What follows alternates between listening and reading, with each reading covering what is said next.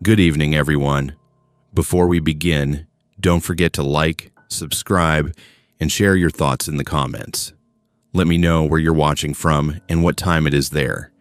Every comment helps these disturbing stories find their way back to you. Now, let's step into the darkness.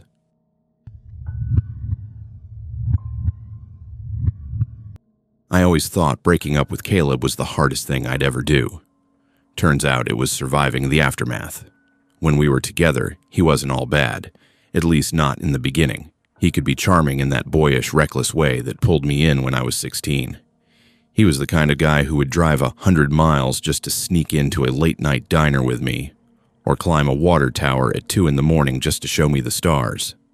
But over the years, the charm wore thin, and underneath it was something harder, darker. His temper was short. His apologies were rehearsed, and the way he held on to me was less about love and more about possession. So when I finally left him, I thought it was the end. I changed my number, moved apartments, and told myself the worst was behind me. But Caleb wasn't the kind of person who believed in endings. For months, he found ways to reach me. Notes tucked under my car windshield. Anonymous messages that somehow included details only someone close would know. Sometimes he begged, long paragraphs about how he couldn't breathe without me, how I'd ruined him. Other times, his tone snapped into rage. "You'll regret this. You can't erase me." I ignored it all, clinging to the idea that if I starved him of attention long enough, he'd fade. But then, one gray Tuesday afternoon, he sent a message that stopped me cold. 8 words. "Need closure. Meet me at my mom's place." My stomach turned when I read it. That property wasn't just his mom's house, it was history. A sagging farmhouse at the end of a gravel road in rural Kentucky, with a barn behind it where Caleb and I had spent too many teenage nights. We'd carved our initials into its wood. We'd hidden bottles of cheap whiskey in the loft. That barn wasn't just his, it was ours. I told myself it would be one last conversation, closure, a chance to end things clean. By the time I pulled onto the road, the sun was sinking low, bleeding the sky in streaks of purple and red. The gravel crunched beneath my tires as I slowed near the gate, the fields on either side tall with weeds that whispered in the breeze. The farmhouse leaned with age, its windows boarded on one side, the porch sagging like it was too tired to stand. Caleb was waiting. He stood on the porch with his hands shoved deep into the pockets of his old work jacket. He'd lost weight since the last time I saw him, his face sharper, hollows deep under his eyes. But when he smiled, it was the same crooked smile that used to undo me. "Glad you came," he said. His voice carried that same lazy drawl I remembered, but it was rougher now, worn down by cigarettes or sleepless nights. He flicked ash from the smoke in his hand and dropped it into the weeds. I forced a smile, though my chest was tight. "Let's just talk, okay?" "Yeah," he said, nodding toward the backyard. "Figured the barn would be better. Mom's not home." We walked around the house. The yard was littered with the ghosts of a family that had stopped caring. Rusted bikes half buried in weeds, a broken swing set leaning sideways, a lawn chair missing its seat. The barn loomed ahead, its red paint faded to a dull brown, its roof patched with sheets of tin. The wide doors hung crooked on their hinges, a gap spilling out a strip of shadow. Inside, the air was damp and heavy with the smell of rot and oil. Dust floated in golden shafts of light that cut through the cracks in the siding. Piles of hay slumped in corners, darkened by years of damp. Rusted tools hung on nails along the walls. I felt 16 again, sneaking in here with him, laughing, kissing, thinking we were the only 2 people in the world. Caleb dragged 2 milk crates out from the wall and set them opposite each other. He sat and gestured for me to do the same. For a few minutes, it was almost normal. We talked about nothing. The weather, his old truck, how quiet the town had gotten since most of the factories closed. I kept my answers short, waiting for the moment he'd bring up what he really wanted to say. It didn't take long. "I know about him," Caleb said suddenly, his eyes locking on mine. He leaned forward, elbows on his knees, voice flat. That guy you've been seeing." My pulse jumped. I hadn't posted anything. I hadn't told anyone except a couple close friends. "Caleb, I didn't come here for this." "You think I don't pay attention?" His tone sharpened, an edge I knew too well. "You think you can walk away and just replace me?" He was twitching, his fingers drumming against his thigh, his lighter clicking open and closed.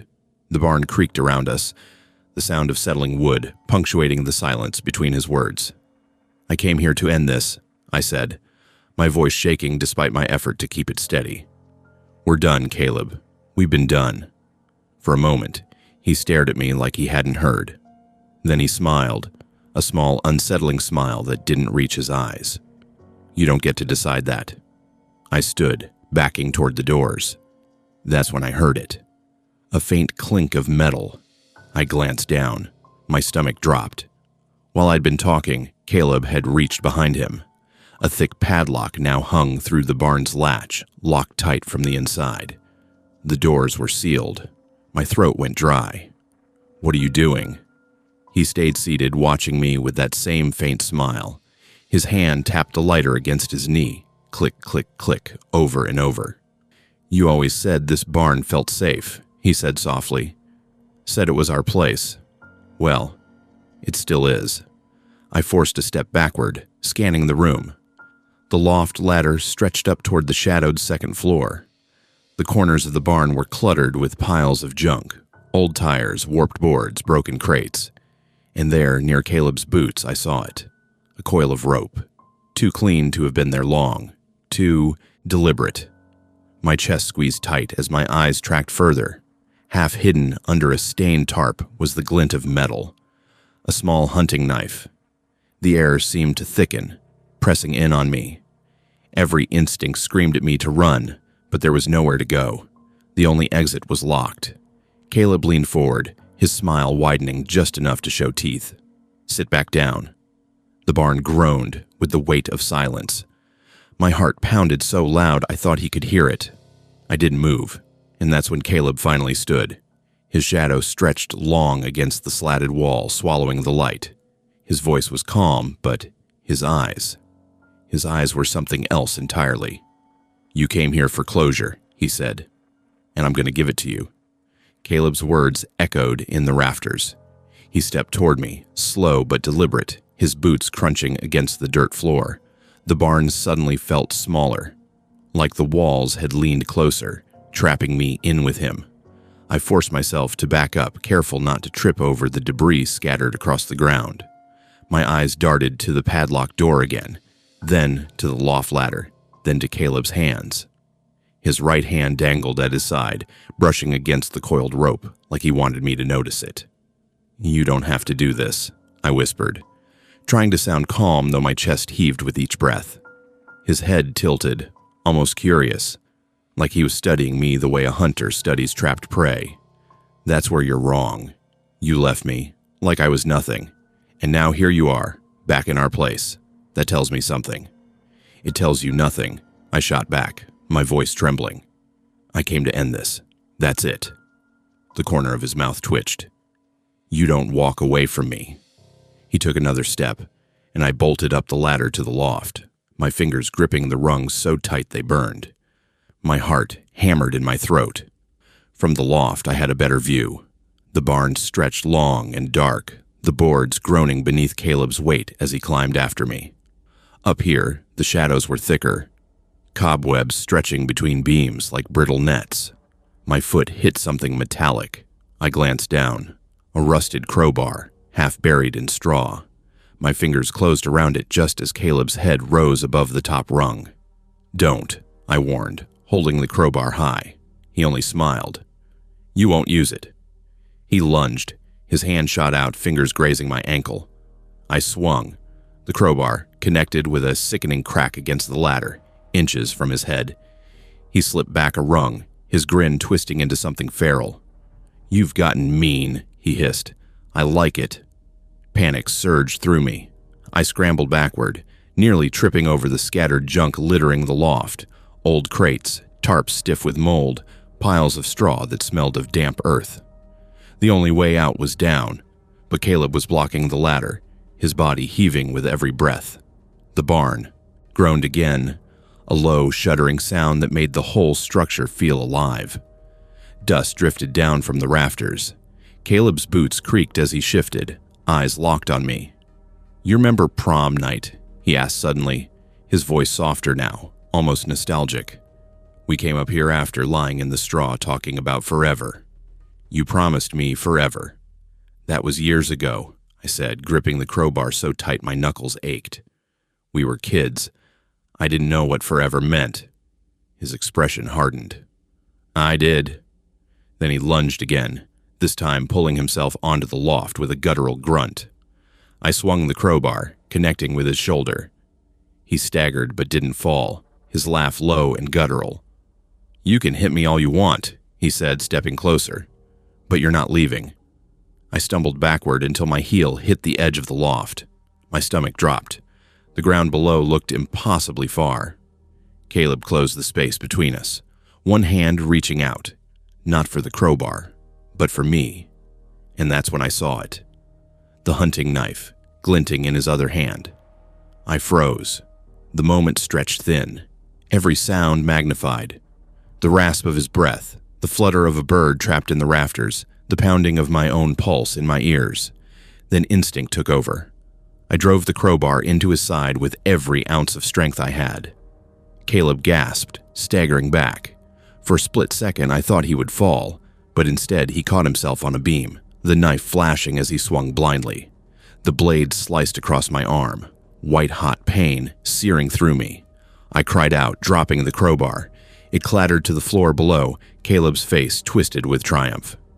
"See? You bleed for me. You always will." Desperation took hold.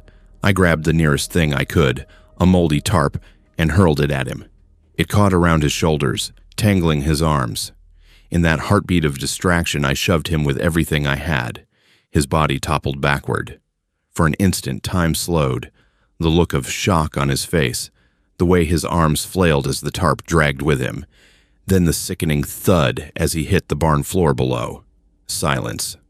I stood there, chest heaving, my arm burning, staring down at his crumpled form. For a moment, I thought it was over. But then he moved. Caleb groaned, rolling to his side, the knife still clutched in his hand. His eyes flicked up to me, wild and blazing, as if the fall had only stripped away the last remnants of humanity. "You can't leave me," he rasped. "Not now, not ever." My body screamed at me to run. I scrambled down the ladder, ignoring the fire in my arm, racing toward the padlocked door. My hand shook so badly I could barely grip the knife he'd dropped. I jammed it into the latch, prying, metal scraping against metal until finally the lock snapped free. The barn doors groaned open, spilling in the last traces of dusk. I bolted into the yard, the weeds whipping against my legs, gravel biting into my shoes. Behind me, Caleb's scream tore through the night, half rage, half anguish. I didn't look back.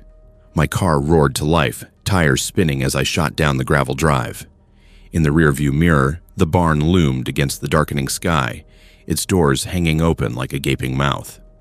I didn't stop driving until I hit the main road, my breath ragged, my vision blurred with tears. When I finally pulled over miles later, my phone buzzed. A notification, an unknown number, 2 words, our barn.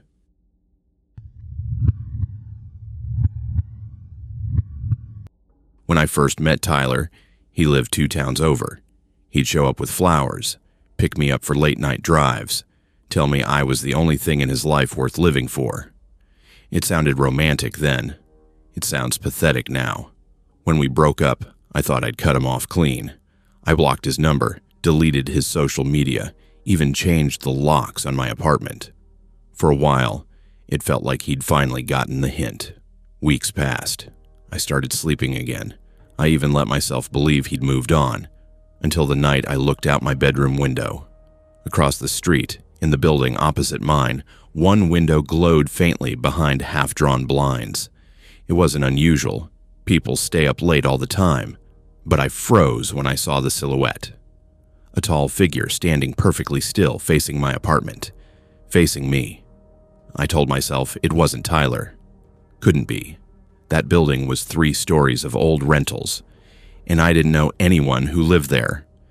Still, when I came home from work the next evening, I checked again. Same window, same silhouette, standing, watching. By the 3rd night, I couldn't ignore it. I pulled my curtains tight and tried to convince myself it was a trick of the light. But then came the messages. A brand new number, no name attached, just words that sent my stomach into free fall. Nice blue pajamas. You left the lamp on in your kitchen again. That guy you brought home Friday, he doesn't deserve you. I dropped my phone, my hands shaking. He could see me, every move I made inside my own home. I called the police. They came, did a half-hearted sweep, said no one by the name of Tyler was listed in the building across the street. They told me to stay vigilant, as if I wasn't already jumping at every creak in the floorboards. That night, I sat awake on the couch, every light blazing, my phone clutched in my hand. At 2 a.m., it buzzed again. Turn off the lights, baby. You're wasting electricity. I stared at the window. The blinds across the street shifted, just slightly, just enough to let me know he was still there, watching. The next morning, I told my landlord. He promised to look into it. He promised to call the building manager across the way.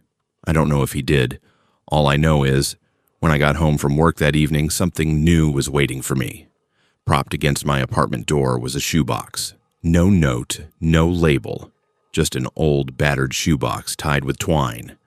My throat tightened as I carried it inside, half expecting it to explode in my hands. I set it on the kitchen counter and just stared at it, too afraid to open it. My phone buzzed again. Open it. I picked them just for you. My fingers trembled as I untied the string and lifted the lid. Inside were flowers, dozens of them, but not fresh, not store-bought. These were dead. Wilted roses, dried lilies, petals blackened and brittle, as though he'd collected every bouquet he'd ever given me, let them rot, then boxed them up for a final gift. The smell hit me next.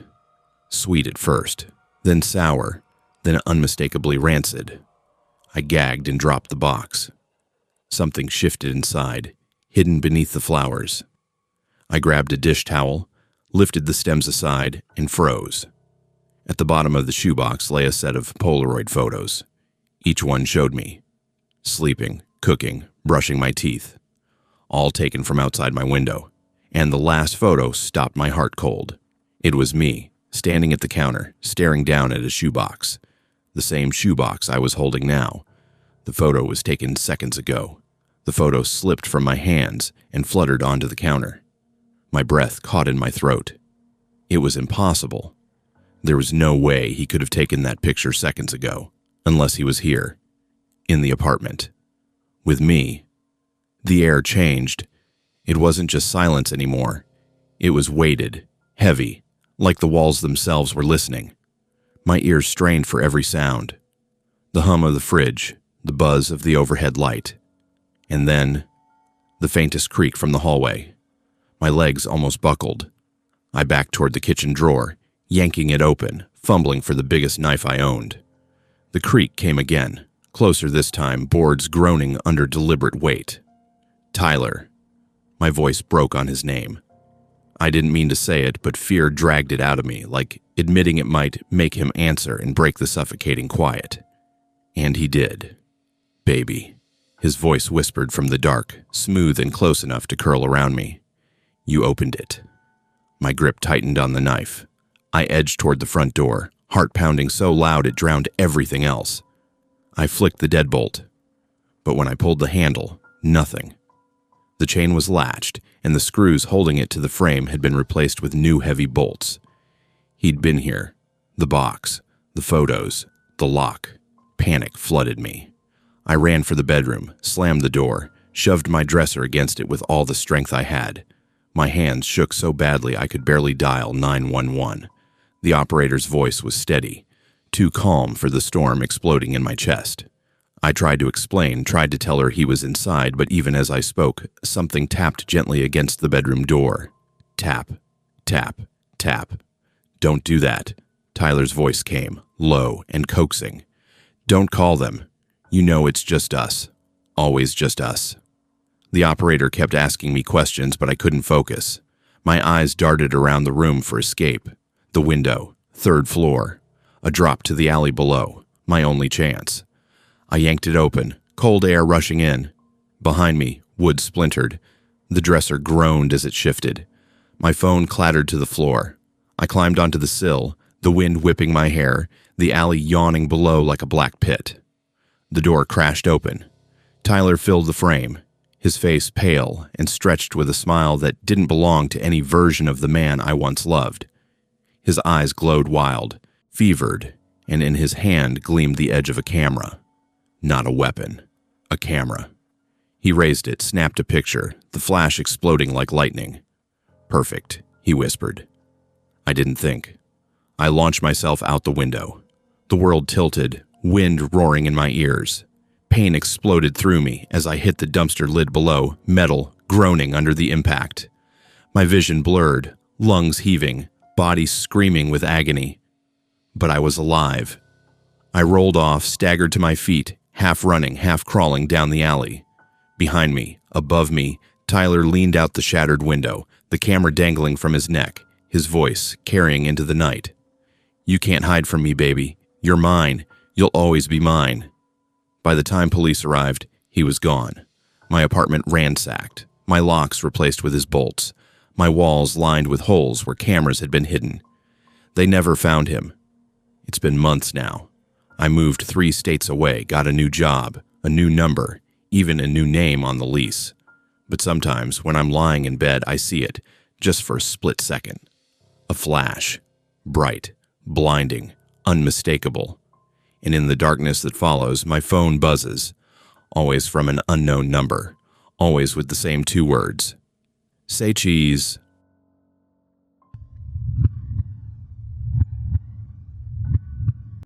Babysitting had always been my safe job.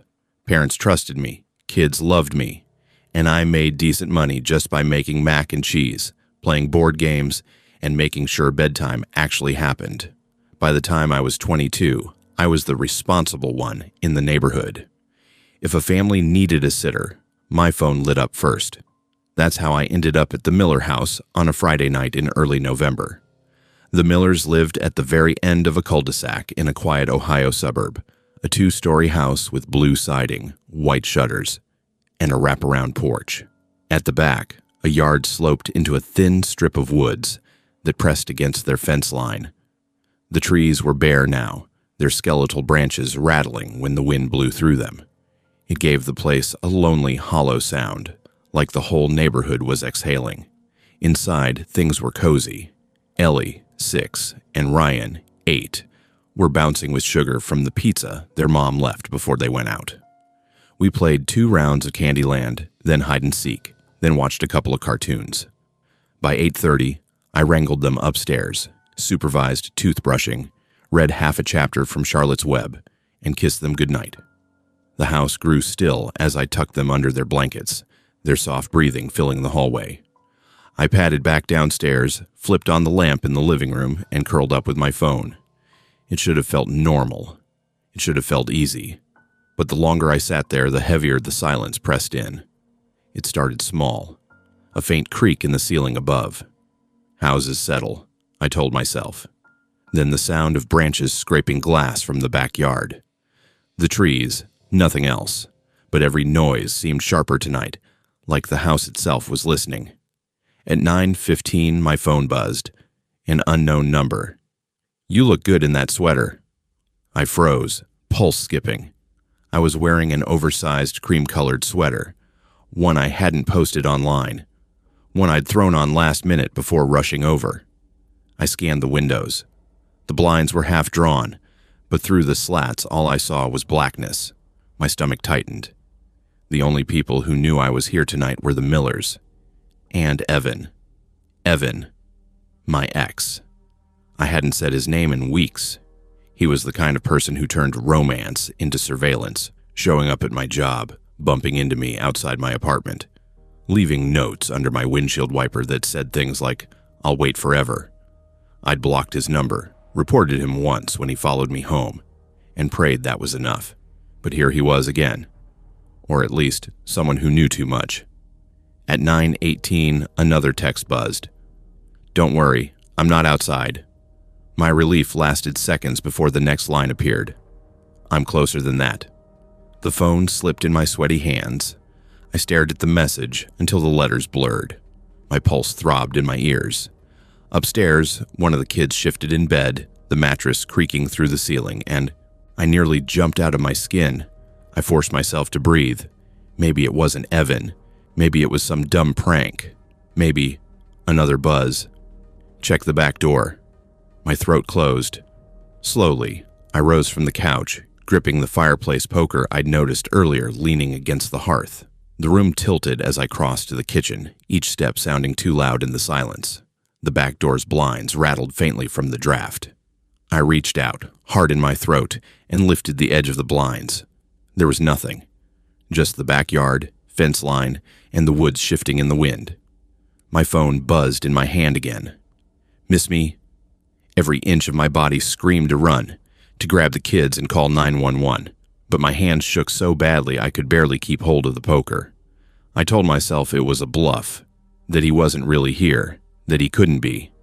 Then came the sound, a soft creak above me, then another. Footsteps, upstairs, where Ellie and Ryan were sleeping. I clutched the poker tighter, legs moving before my brain caught up. The staircase loomed, each step a groan of wood under my weight. Halfway up, I stopped, straining my ears. There it was again, slow, measured, someone moving in the hall. I swallowed hard, forcing myself to the top. The hallway stretched long and narrow, lit only by the faint nightlight glowing from Ellie's room. The wallpaper was faded with little sailboats, the carpet worn thin. The silence pressed so heavy it made my ears ring. Then I saw him. At the end of the hall, by Ryan's door. Tall. Familiar. Evan. He stood half in shadow, his face obscured, but I knew that posture, that outline. My whole body remembered before my brain could catch up. "Get out," I whispered, voice trembling. He didn't move, didn't speak. For a moment, I thought maybe it wasn't him. Maybe it was my eyes playing tricks. But then his head tilted, slow and deliberate, the way he used to when he was teasing me, when he wanted me to feel small. And then he smiled. That same crooked smile I had once loved and now feared more than anything. "Can't," he said softly, his voice low, almost tender. "They need me." Before I could react, he slipped backward into Ryan's room and shut the door. The click of the latch echoed down the hall like a gunshot, rattling through me like a death knell. I froze, where I stood, the poker slick in my hands, every nerve screaming as I stared at the thin line of shadow beneath the door. Every instinct screamed to run, to grab Ellie and bolt out the front door, to call the Millers, to dial 911. But Ryan was in there, and Evan was with him. I forced a breath. My chest felt like it was shrinking, ribs pressing against my lungs. Slowly, I crept down the hall, the carpet muffling my steps. The air grew heavier with every inch, charged with something I couldn't name. "Evan," I whispered, my voice barely audible. "Leave him alone." Silence. Then, from inside the room, a voice, low, coaxing, almost sing-song. "It's okay, buddy. Go back to sleep. I'm here now." My blood turned cold. Ryan's muffled reply carried through the door. "You're not supposed to be here." I gripped the handle. My palms were slick with sweat. The poker trembled in my other hand. I didn't think. I twisted the knob and shoved the door open. The room was dim, lit only by the glow of a dinosaur-shaped nightlight on the dresser. Ryan sat up in bed, his small frame silhouetted under the blanket, wide eyes locked on the figure crouched beside him. Evan.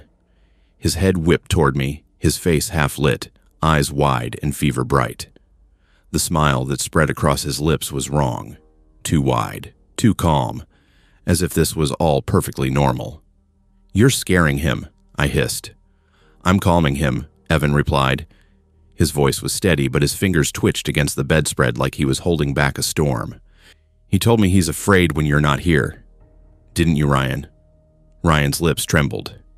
He didn't answer. His little hands clutched the blanket so tight his knuckles turned white. "Get out," I said, stepping into the room. The poker felt heavy, foreign, like it didn't belong in my hands. Evan rose slowly, straightening to his full height. His shadow loomed across the wall, swallowing the dinosaur nightlight. "You never understood," he said, his tone breaking into something raw, wounded. "You leave me, but these kids, they need someone who won't, someone who stays." My stomach lurched. "They have parents. They don't need you." His smile twitched, faltered. "Parents who leave them with strangers. Parents who don't know the things that go bump in the night. But me," he tapped his chest, "I do. I can protect them." The absurdity of his words clashed with the danger radiating off him, making the air suffocating. My hands trembled, but I raised the poker higher. "If you take one more step, I'll—" He laughed. Not loud, not unhinged, but soft. Pitying. Like I was the foolish one here. "You won't," he murmured. "You've never been able to hurt me." For a split second, I froze. Because part of me knew he was right. I had never fought back against him before. Not really. I'd run. I'd hidden. I'd begged. But I had never hurt him. And that was all the opening he needed. He lunged. I swung the poker wild, the metal whistling through the air. It connected with his shoulder, and he grunted, stumbling sideways. Ryan screamed. "Run!" I shouted. "Go to Ellie's room." Ryan bolted, bare feet slapping against the carpet as he sprinted past me. Evan's hand shot out, grazing Ryan's sleeve, but I slammed the poker down between them. He recoiled, eyes blazing. "You think you can take them from me too," he spat. I shoved him back with every ounce of strength I had, enough to buy Ryan a head start down the hall. My chest heaved as Evan steadied himself, his grin returning, teeth glinting in the nightlight glow. "You're shaking," he said softly. "I love when you shake." Something in me cracked. "Get out," I screamed, my voice raw, shaking the walls. "Get out of this house." For the first time, his smile faltered. Just slightly. But then his head tilted again. That same mocking angle he'd always used when he wanted to remind me he was in control. "You don't tell me where to go," he whispered. He lunged again, faster this time. The poker jerked in my hands as I swung. He caught it mid-arc, yanking hard. The metal clanged against the floor. Suddenly, his breath was hot against my face, his hands gripping my arms. "You left me once," he hissed. "You won't do it again." The weight of him pressed me back toward the wall. Panic surged, white-hot and suffocating. But then, another sound. A scream. Ellie's. High-pitched, terrified, from down the hall. Evan's head whipped toward the sound, momentarily distracted. That's all I needed. I drove my knee into his stomach, hard, and shoved him off balance.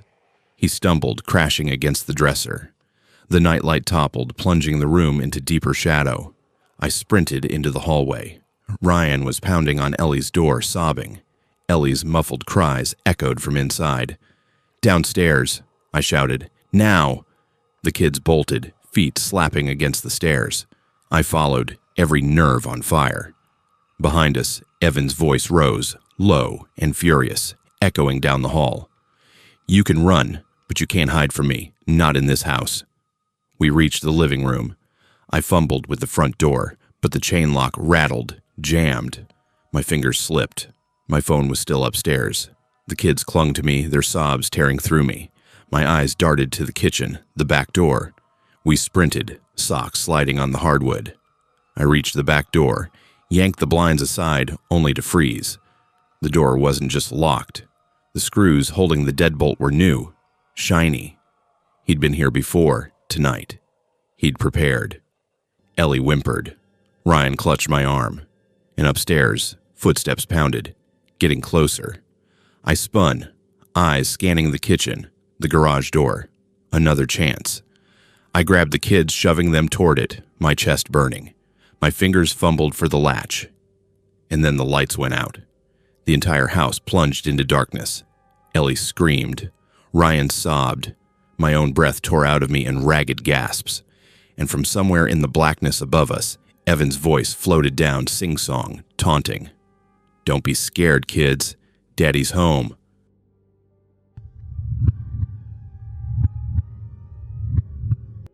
There's something about an office after hours that never feels quite right. During the day, my building was alive with the steady rhythm of keyboards clacking, printers humming, phones ringing, and voices carrying across cubicles. But at night, the energy drained out of it, leaving behind this strange, artificial stillness. The fluorescent lights hummed faintly, casting long shadows across rows of empty desks. The air vents rattled and groaned like the building itself was settling in for sleep. I was the only one there that Tuesday evening. Everyone else had left hours ago, their monitors black, their chairs pushed in neatly like they didn't want to disturb the silence. My cubicle sat near the back of the floor, just a few desks away from the stairwell. It felt like I was alone in a vast, hollow cave made of beige walls and glass windows that reflected nothing but darkness. I wasn't supposed to stay late, but deadlines have a way of piling up, and I was desperate to prove myself after landing the promotion last month. So I kept typing, sipping cold coffee, glancing at the clock as it ticked past 9, then 9:30. By 10 o'clock, my eyes ached from the glow of the screen. I rubbed them, leaned back in my chair, and let the silence press in. That's when my phone buzzed. A message from an unknown number. "Working late again? You always did like the quiet." My chest tightened. The words didn't sound random. They sounded like something someone who knew me would say. Someone who remembered. My first thought was, Marcus. Marcus had been my first serious boyfriend back in college. He was the type of guy who swept you off your feet fast. Flowers on the second date.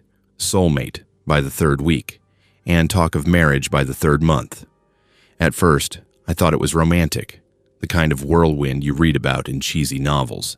But soon, the romance soured into something else.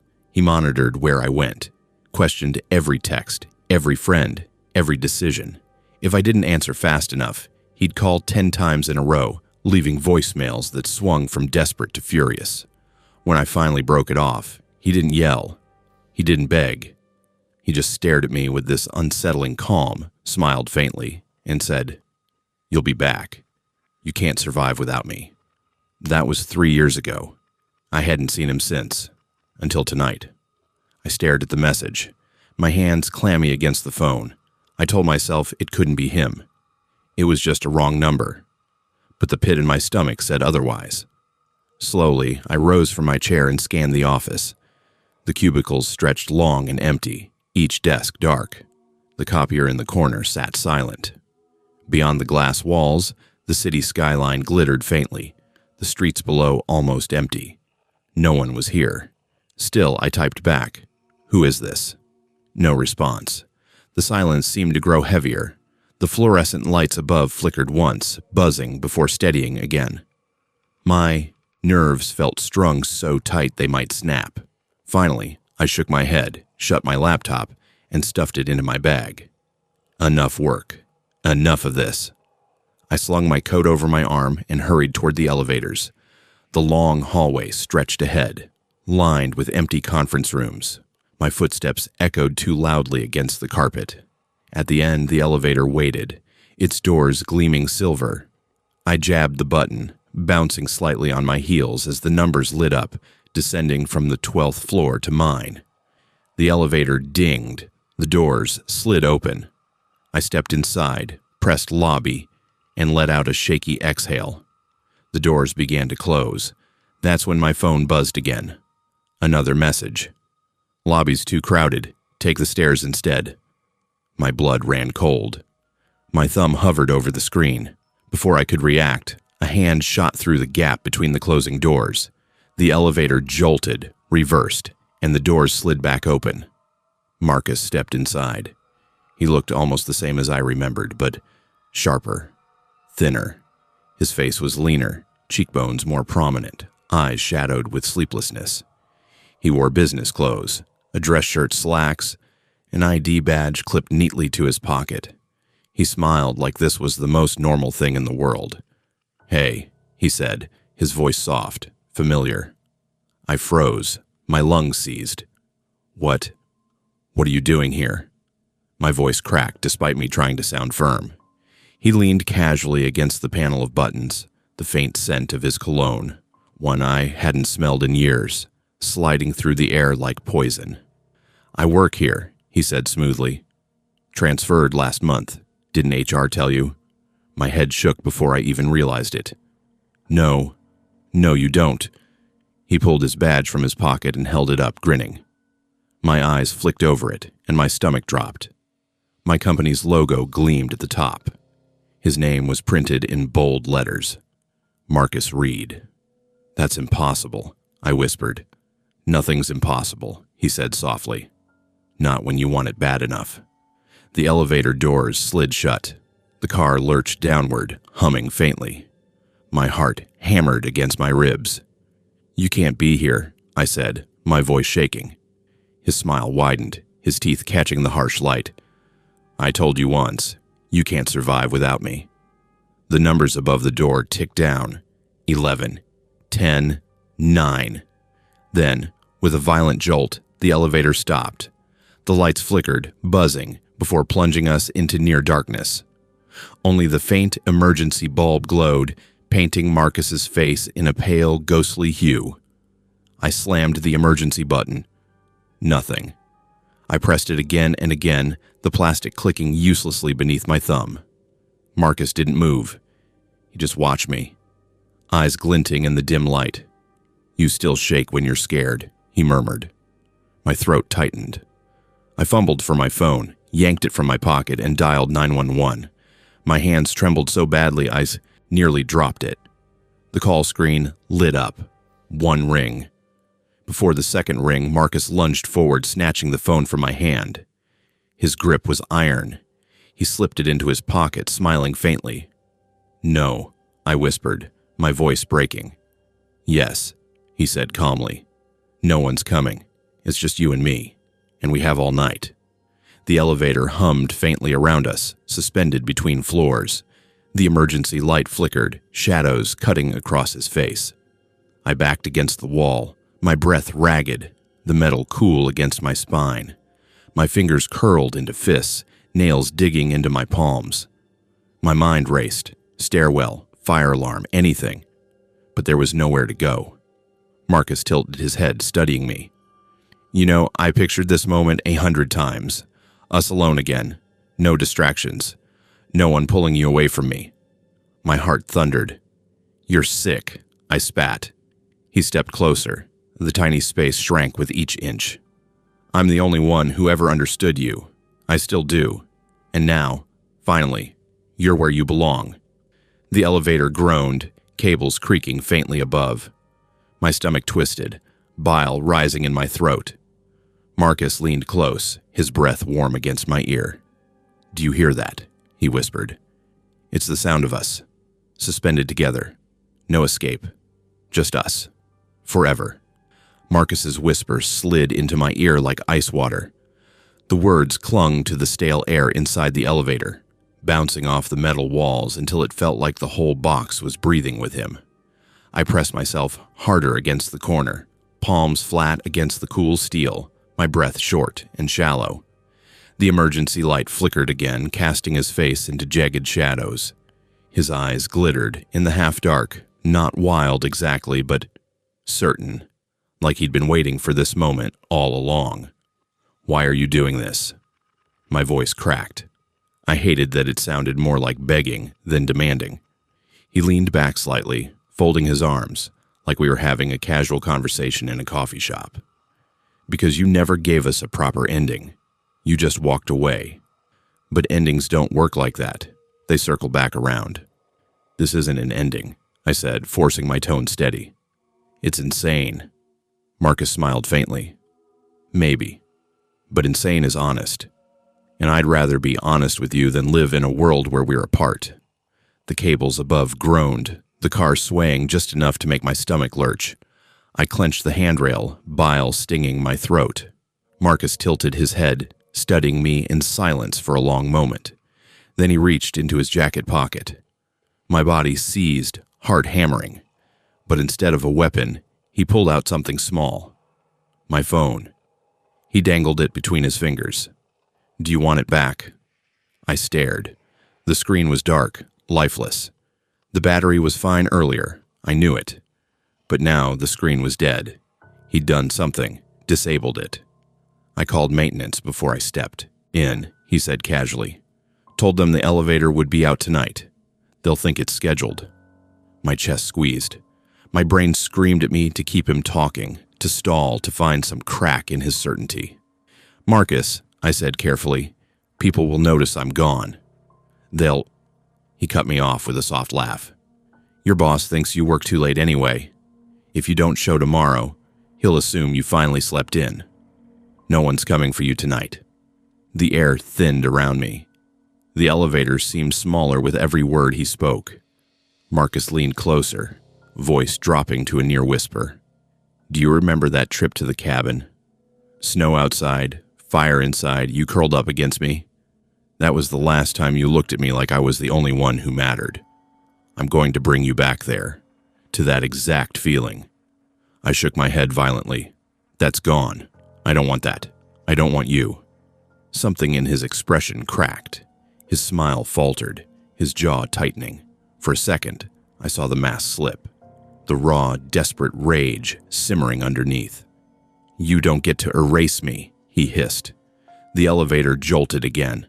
I yelped, gripping the rail as the car shuddered violently.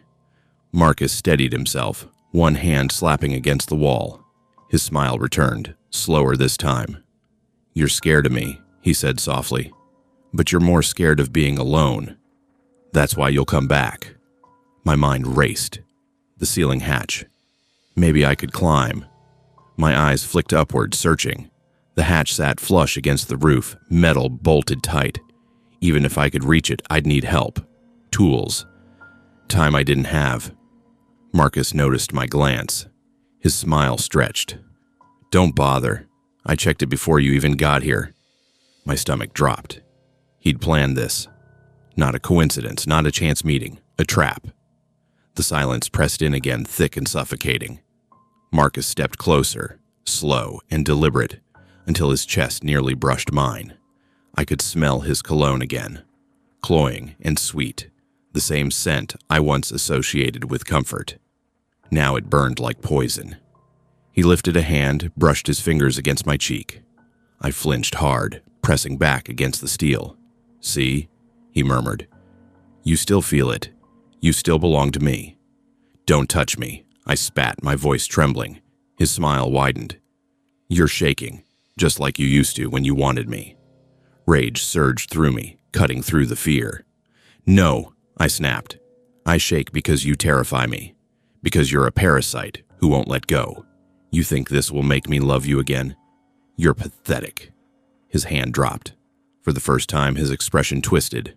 Not calm, not smiling. Raw fury. The elevator groaned violently, cables screeching above. The car dropped a foot with a sickening lurch. I screamed, gripping the rail. Marcus only laughed, breathless, eyes wild. See? Even the building knows we belong together, he said. Something inside me snapped. I wasn't going to die here, not trapped in a metal box with him. My eyes darted to the corner of the car, where the panel sat with the emergency phone behind it. Marcus followed my gaze, but too late. I lunged, yanked the panel open, grabbed the receiver. Static hissed through the line. Help! I shouted. Someone's... Marcus ripped the phone from my hand, the cord snapping as he tore it free. The receiver clattered to the floor. He hurled it aside, chest heaving. No one, he growled, is taking you away from me. The elevator lights flickered again, plunging us into near black. In the dim glow, Marcus's face looked monstrous, his smile carved too wide, his eyes glinting like shards of glass. The car swayed violently again. My knees buckled and I collapsed against the corner, gasping. Marcus crouched low, his face inches from mine. His whisper slithered through the dark. If I can't have you out there, he said, voice trembling with devotion and madness, then we'll just stay in here. Forever. Until there's nothing left of you but me. The elevator jerked downward, faster this time. The emergency light blinked twice and died, plunging us into absolute blackness. And in that suffocating dark, Marcus laughed. Low, steady, endless.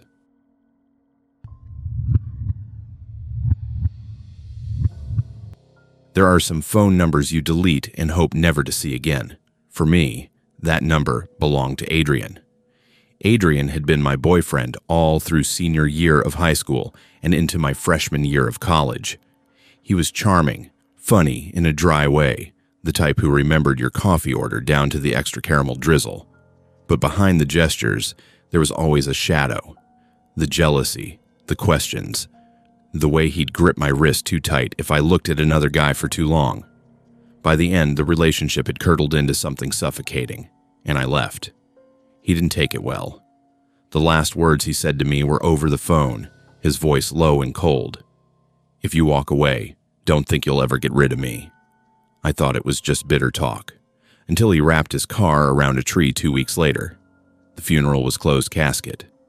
I stood in the back of the church, numb, my guilt warring with relief. Adrian was gone. That chapter was over. Or at least, it was supposed to be. 3 years passed. I moved to a new city, started grad school, built a life where his name never came up. By the time October rolled around, I'd almost forgotten the sound of his voice, until my phone buzzed at 1:03 a.m., an unknown number. I almost ignored it, but something made me look. "Still think you got rid of me?" The blood drained from my face. My first instinct was that it had to be a prank. Someone from my hometown, maybe, who knew about him. I typed back with shaking hands, "Who is this?" The reply came instantly. "You know who I am." My stomach flipped. I stared at the screen until my vision blurred. The room around me felt colder, heavier. I forced myself to shut the phone off and crawl back into bed. I didn't sleep. The next morning, I convinced myself it had been a cruel joke. Until the messages started again. "That sweater looks good on you. I still know how you take your coffee. You left the window open last night." Each one timed perfectly to what I was doing, what I was wearing, how I lived. Things no one could know. I stopped opening the blinds. I started triple-checking the locks. I even taped over the webcam on my laptop. But the messages kept coming. And then came the photo. It was sent in the middle of the night. My phone buzzed, and I groggily reached for it, blinking at the glow. The picture made my blood turn to ice. It was me, lying in bed. My body curled beneath the blankets, my face half turned toward the wall. The angle was wrong for a selfie. It was taken from the corner of the room. I bolted upright, heart hammering, phone slipping from my hand. My eyes darted around the darkness. The room looked empty. The closet door was shut. The window was locked. And yet the message beneath the photo said, "Told you I'd never leave." I scrambled from bed, fumbling for the lamp. The sudden light flooded the room. Nothing. No one. My hand shook so badly I nearly dropped my phone again. I opened the closet. Empty. Checked under the bed. Nothing but dust. But when I turned back toward the nightstand, my heart stopped. There was something on top of the nightstand that hadn't been there before. A wilted rose, dried and brittle, its stem broken halfway. The same kind Adrian gave me on our first date. It sat there like it had grown out of the wood itself. I didn't move at first. Couldn't.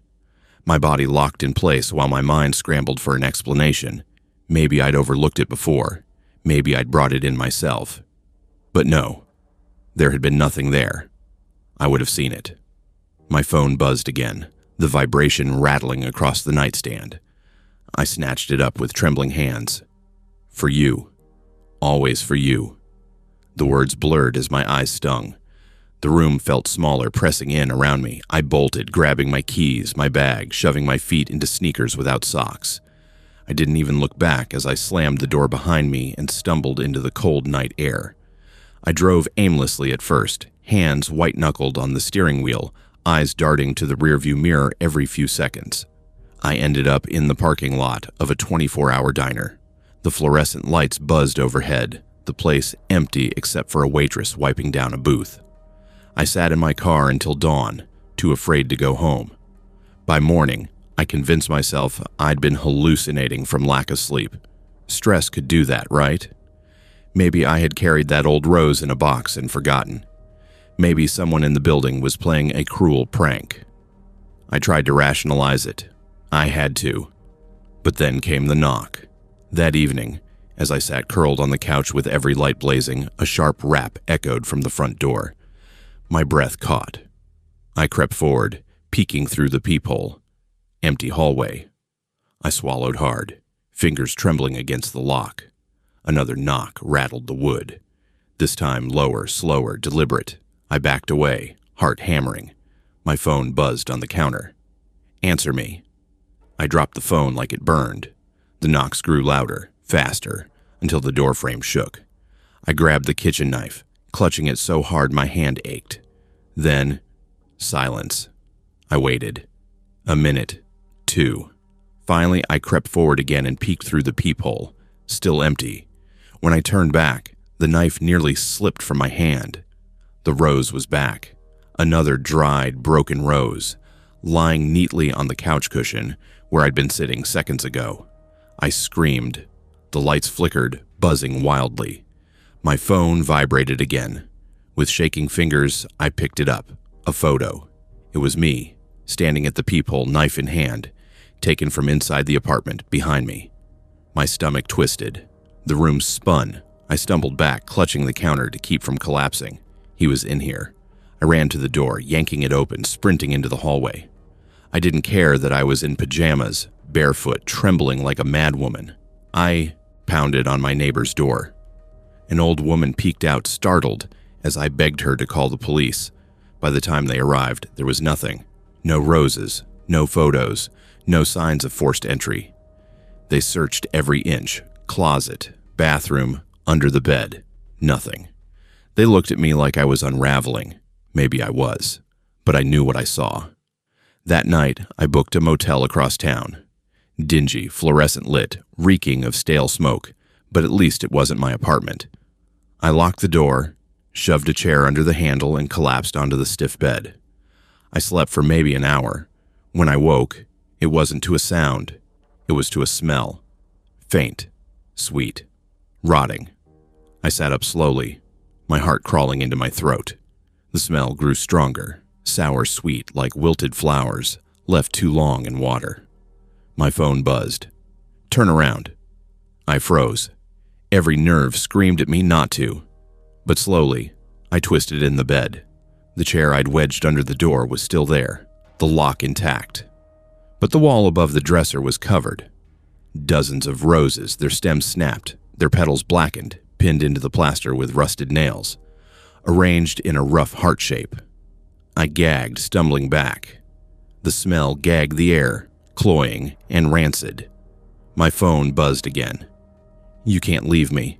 Not even death can take me from you. The screen blurred through my tears. My breath came in ragged gasps. Something moved. At first, I thought it was the roses shifting in the draft. But no. The shadows bent wrong. From the corner of the room, a figure pulled free of the dark. Adrian. Pale. Hollow-eyed. Skin mottled with bruises and cuts that never healed. His body twisted as if bones had set wrong after the crash. His smile stretched too wide. Teeth gray, lips cracked. He stepped forward, each movement jerky, unnatural, as though pulled by invisible strings. His voice was the same as the messages. Low, certain, impossible. I told you, he whispered. I'd never leave. I screamed, hurling the lamp at him. It smashed against the wall, sparks flying. For a second, he flickered, like static in human form, then solidified again, closer now. I bolted for the door, ripping the chair aside, fumbling with the lock. My fingers wouldn't work. The knob slipped from my hands as his shadow stretched across the carpet toward me. Cold air washed over me. His voice was right at my ear now, though I couldn't see him. You're mine. Always. The light snapped out. In the pitch dark, something icy wrapped around my wrist.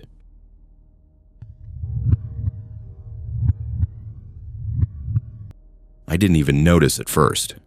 Breakups are messy, but Mine with Daniel was something else. He'd been my boyfriend for almost 2 years, and to the outside world, he was perfect. Polite, helpful, the guy who always remembered birthdays and carried groceries for neighbors. But behind closed doors, his control seeped into everything. He decided what I wore, which friends were good influences, and what time I should be home, even though we didn't live together. When I finally ended it, he didn't scream. He just nodded, calm as a priest, and said, "You'll regret this. They'll see the truth about you." I didn't understand what he meant until weeks later. The first sign was small. My best friend Jenna stopped replying to my texts. At first, I thought she was busy, but then I saw she'd blocked me on Instagram. My stomach sank. When I asked another friend, she just shrugged and said, Jenna needed space. Then my brother canceled dinner plans, saying he was too tired. My cousin stopped inviting me to family get-togethers. Slowly, invisibly, people who had always been part of my circle drifted away. I didn't connect it to Daniel until one night when my mom called, her voice tight and uncertain. "Sweetheart, Daniel stopped by. He seemed so worried about you. He said you've been unstable, that you made up stories about him, that you've been lashing out." My chest constricted. "Mom, that's not true. He's lying." Silence on the line. Then she said softly, "You sound so defensive. Maybe you should see someone." That was the moment the floor tilted beneath me. From then on, everything unraveled. At work, my manager called me in after someone sent an anonymous email accusing me of stealing supplies. My landlord pulled me aside, asking why there were complaints of shouting and banging in my apartment at night. Even the barista at the coffee shop gave me strange looks, whispering with coworkers when I walked in. And then the note started, slipped under my door, tucked into my mailbox. "You're dangerous. Everyone knows the truth now. You'll be alone soon, just like you deserve." Each one written in the same precise handwriting I knew too well. Daniel's. I tried to tell people, my mom, my brother, Jenna, but their eyes softened with pity. They believed him. He'd gotten to them first, spun the story until I was the villain. One night, desperate, I called Jenna from a blocked number. She actually answered. "Jenna, it's me, please." But her voice was sharp, bitter. "Don't call me again. Daniel warned me you'd try to drag me into your delusions. I won't let you poison me too." The line went dead. I sat on the floor of my apartment, phone clutched in my shaking hands, staring at the darkness pooling in the corners. The silence pressed in, thick and suffocating. Then my phone buzzed again. A new message from Daniel. "See, they believe me. They always will. No one's left but me." I dropped the phone like it had burned me. That's when I heard it. A knock at the door. 3 slow, steady raps. I crept forward, my body rigid, listening. Another knock. Louder this time. I forced myself to the peephole. My breath caught. Daniel stood in the hallway, smiling, hands clasped behind his back like a polite guest. When he saw me looking, he mouthed the words, "They're all mine now." The lock rattled like it was breathing. I stumbled back from the door, heart pounding, knife still clutched in my hand from the kitchen. My breath came fast and shallow as Daniel leaned forward, still smiling through the peephole. His lips formed the words again, slow and deliberate. "They're all mine now." I whispered to myself, "This isn't happening. This isn't real." Then the rattling stopped. Silence. I pressed my ear to the door. Nothing. No footsteps, no movement. My hands trembled so hard I could barely hold the knife. Finally, I forced myself to step back, and that's when my phone buzzed. "You should let me in. It's better if you let me in." I dropped the knife. The metal clattered against the tile. My whole body shook as I grabbed the phone with sweaty hands. Another message. "If you keep resisting, they'll only think you're crazier. Haven't you noticed? They already pity you." My eyes burned. He wasn't wrong. Every conversation I'd had lately ended with that same tilted head, that same condescending, "Are you okay?" expression. I turned off the phone, shoved it under a pillow, and crawled into bed fully clothed, knife back in my grip. I don't know when I drifted into sleep, but I woke to voices. At first I thought it was neighbors, but then I recognized one. My mom. I shot up, blinking at the clock. 3:12 a.m. I crept to the door, pressing my ear to it. "She's not stable, Daniel. I just don't know what to do." His voice, low and soothing, answered, "Don't worry. I've got her. I know how to handle her." My chest seized. I looked through the peephole. My mother stood in the hallway, her face pale in the dim light. Daniel's hand rested gently on her shoulder. When she glanced at my door, her eyes were filled with something I couldn't bear to see. Not love, not fear. Pity. My phone buzzed on the nightstand. See, even she believes me. I staggered back, my throat closing. When I looked again, the hallway was empty. Both of them gone. The next morning, I called my mom, desperate. She answered on the second ring, cheerful, as though nothing had happened. "Sweetheart, how are you?" I nearly dropped the phone. "You were here last night. With him. I saw you." Silence stretched. Then she said carefully, "I think you need to rest. Maybe talk to someone. I haven't seen Daniel in months." My knees buckled. She was lying. Or worse, she didn't even realize she wasn't lying. The world tilted again. I locked every window, every door. I shoved furniture against the entry. I told myself I wouldn't leave, wouldn't answer. That night, the knocking returned. Softer this time. Gentle. I ignored it. But then my phone buzzed again. A video message. Hands shaking, I opened it. The screen showed my apartment, my living room, my kitchen. Filmed in shaky handheld, like someone was walking through it right now. The camera turned down the hallway. Toward me. I gasped, spinning around, knife ready. Nothing. The hall was empty, but on screen the camera pushed closer. Closer. Until it stopped at my bedroom door. My door. My phone buzzed with one last message. "See, you don't need them, you only need me." The lights flickered.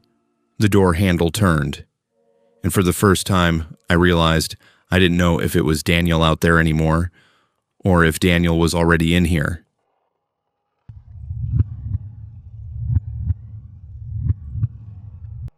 There are moments in life when the phone buzzing on your nightstand is nothing, just noise. And there are moments when that vibration cracks the world in half. For me, it was 2:17 a.m. when my phone lit up with a name I hadn't seen in almost 2 years. Ethan, my ex-boyfriend, the one who died. I stared at the screen until it went dark again. I told myself it was a glitch, a recycled number, anything logical. But when it buzzed again, my hands shook as I picked it up. The message read, "I forgive you." My chest tightened. I dropped the phone onto the sheets as though the words themselves could burn me. Ethan had always been intense. When we dated, he loved like it was war. All or nothing, fire and ashes. I loved him back, but it consumed me. When I finally broke it off, he spiraled hard. I begged him to get help. He refused. A month later, he drove into a bridge at 90 miles an hour. The guilt nearly broke me. And now, years later, here was his name, glowing in the dark, telling me he forgave me. I barely slept. The next morning, I convinced myself it was someone sick enough to spoof his number. That night, another message came. "Do you miss me?" I didn't answer. The night after, "I still love you." I blocked the number. A new one appeared. Same messages. Different numbers, always signed the same way. E. The messages grew darker. "I see you with him. He doesn't love you like I did. You'll never feel safe with anyone else. I can wait. Forever. If I have to." By the fourth night, I couldn't eat. Couldn't work. Every time I looked up from my desk, I swore I saw him. In the reflection of a window, across the street, always vanishing when I blinked. And then came the voicemail. His voice, breathy, ragged. "Why'd you leave me on that bridge? Why didn't you stop me? I'm still there, waiting for you. Come see me. If you ever love me, come see me." I dropped the phone, collapsing onto the floor, sobbing. Because the truth was, I'd loved him. and hearing his voice again cracked me open in ways I thought I'd sealed shut. For days, I resisted. And then, maybe out of guilt, maybe out of madness, I drove back to the bridge. It was a black stretch of steel and concrete cutting over a river that looked like ink in the moonlight. My hands shook on the wheel as I parked near the shoulder. The air was damp, cold, thick with the smell of water and rust. My phone buzzed. "You came. I knew you'd come." I stumbled out, clutching the railing, staring down into the rushing water. My heart pounded in my throat. "Where are you?" I whispered into the night. Another buzz. "Right behind you." My blood froze. I turned slowly, and there he was. Ethan, but not the way I remembered him. His face was pale, slack, bruised where the glass had shattered. His eyes were clouded, skin torn in jagged scars. His smile was wrong, too wide, teeth cracked, lips trembling like he was struggling to remember how. "I knew you'd come back to me," he whispered. My breath tore from me in a sob. My knees nearly gave. "Ethan, you're dead," I choked. He tilted his head. "Death doesn't matter. Love doesn't end." And then he stepped closer. His shoes left wet, red prints on the concrete. My stomach heaved when I realized it wasn't water dripping from him. It was blood seeping down his sleeve, each drop dark and thick in the moonlight. Ethan's smile didn't fade as the concrete groaned beneath his weight. I stumbled back until the railing pressed cold against my spine. My chest tightened, lungs burning like I couldn't pull in enough air. "You're not real," I whispered. "You're not here." He tilted his head. His clouded eyes caught the silver glow of the streetlight, hollow yet piercing. "You always said I was too intense, too much. But look at you now, shaking for me, crying for me. You still feel everything, don't you?" Tears blurred my vision. "You killed yourself, Ethan. You left me. I begged you to get help. And you left." His voice cut sharp, brittle, full of gravel. "You think telling me to get help was love? Love is staying. Love is going with me." The words hit like a blow. My body shook harder as he moved closer, the reek of damp earth and blood rolling off him.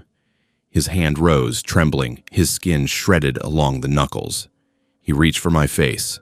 I slapped his wrist away, my hand slicing through the air like striking fog. For one awful second, I thought he'd vanish, but instead his skin was solid, cold, wet. The impact cracked my resolve. He was real. Dead, but real. The river roared below, black and endless. The night was too quiet otherwise, every sound amplifying. My shallow breaths, his dragging footsteps, the slow drip of his blood. "Why here?" I whispered, desperate, trembling against the railing. His lips curled, and I recognized that old flicker of charm in the ruins of his face. "Because this is where I waited for you. Where I died thinking about you. I thought, if I ended it here, you'd never forget. And I was right. You came back. You always come back." I shook my head, tears hot against the wind. "No. I came to end this. To put you to rest." He laughed, soft at first, then cracking into something raw, jagged that rattled across the steel beams. "Put me to rest? Don't you get it? You can't bury love. You can't walk away from it. It follows you. It lives in your bones. And when your heart stops beating, you'll still hear me."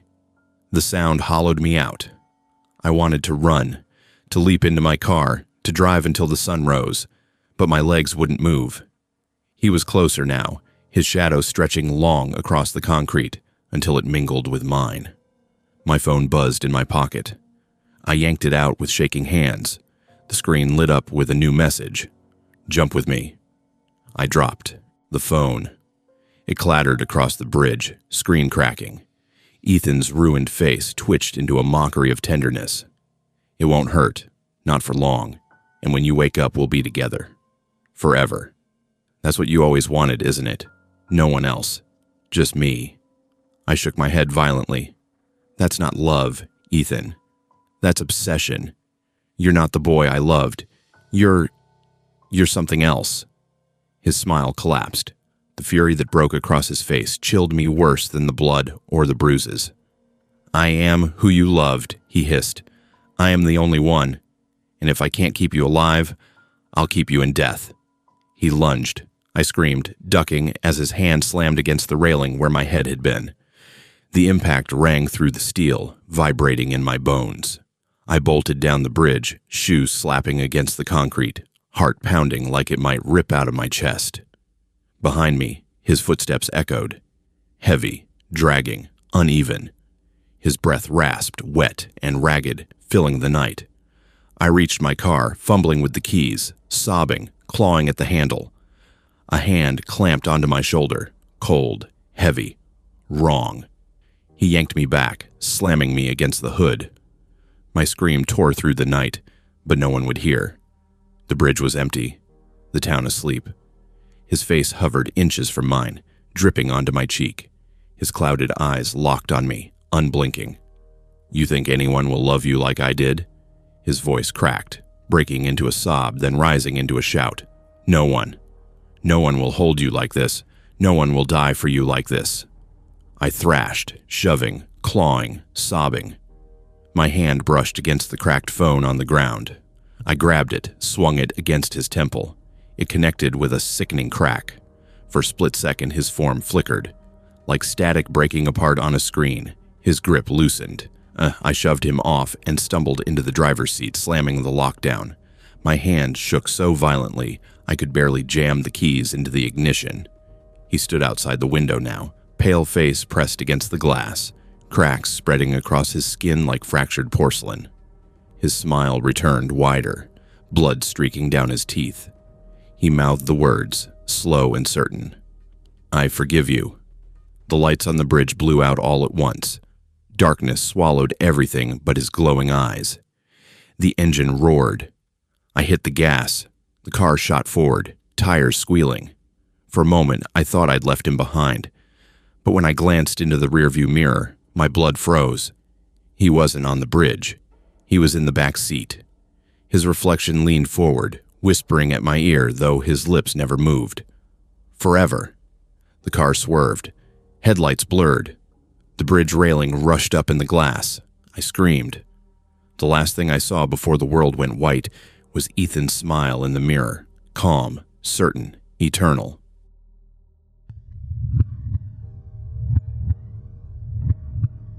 I don't know when love became a curse. With Jacob, it always felt like the line between devotion and destruction was thinner than anyone else could see. He was charming, magnetic, the kind of man who drew every eye in a room. But when those eyes turned toward me, they weren't just admiring. They were measuring. Because Jacob made sure people saw us as one. He used to tell me, half joking, "If we can't live together, we'll die together." I'd laugh, roll my eyes, brush it off. Back then, it sounded like passion, the kind of romantic intensity people dream of. But when I left him, I finally realized those words weren't passion. They were prophecy. 2 years ago, Jacob's car was found at the bottom of a ravine. Twisted metal, shattered glass, burned into memory. There was no body. Police said the impact, the water, the fire, it could erase a person. So I told myself he was gone. And for 2 years, I almost believed it. Until the phone calls started. It was subtle at first. A single ring at night. Always 3:33 a.m. If I answered, there was nothing but static. If I let it go to voicemail, the recording was empty. Empty, except for breathing. Not ragged, not panicked. Just slow, steady, familiar. The first time I pressed the phone to my ear and heard that breath, I dropped it like it had burned me. I hadn't realized how deeply I remembered the sound of someone breathing until it was there in the dark with me. I told myself it was a prank, some cruel stranger, a wrong number. But then the packages came. The first was a small cardboard box left on my doorstep. No return address. Inside was my college sweatshirt, the one Jacob used to wear to bed more than I did. The second was worse, a Polaroid. Not old, new. My car, parked outside my apartment, taken just before dawn. The third, was a journal. My journal. Pages I'd filled years ago, the leather cover frayed from moving boxes. I'd lost it after college. I thought it was gone forever. But here it was, returned to me with whole sections ripped out. I didn't have to guess who had them. By then, the calls weren't silent anymore. They had words. One word.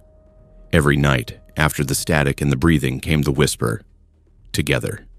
It was his voice, Jacob's. I didn't want to believe it. Couldn't. But denial only carried me so far. And then last night, the message changed. It came not as a whisper, but clear, steady, final.